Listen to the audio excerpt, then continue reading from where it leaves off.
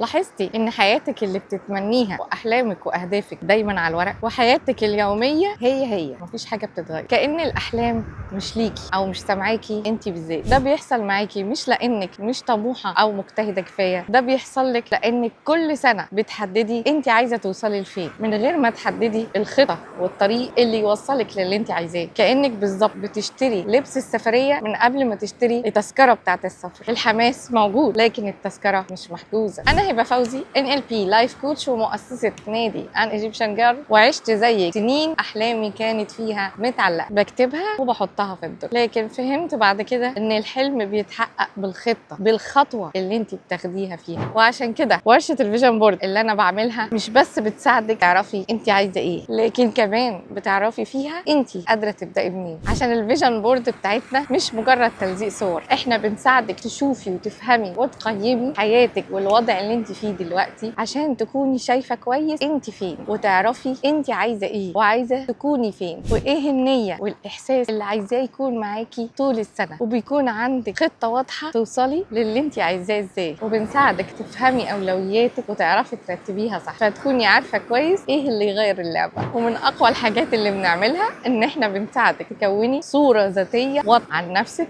وانت محققه الاهداف، عشان نضمن ان عقلك يشتغل معاكي مش ضدك، ويكون عندك دوافع حقيقيه تساعدك توصلي للحياه اللي بتتمنيها. فلو عايزه حقيقي السنه دي تكون بدايه مختلفه وحقيقيه ليكي، يبقى لازم تحجزي مكانك معانا في ورشه الفيجن بورد. اكتبي لي سنه جديده وهنبعت لك التفاصيل، واسالي اللي حضروها قبلك، وبس خلاص.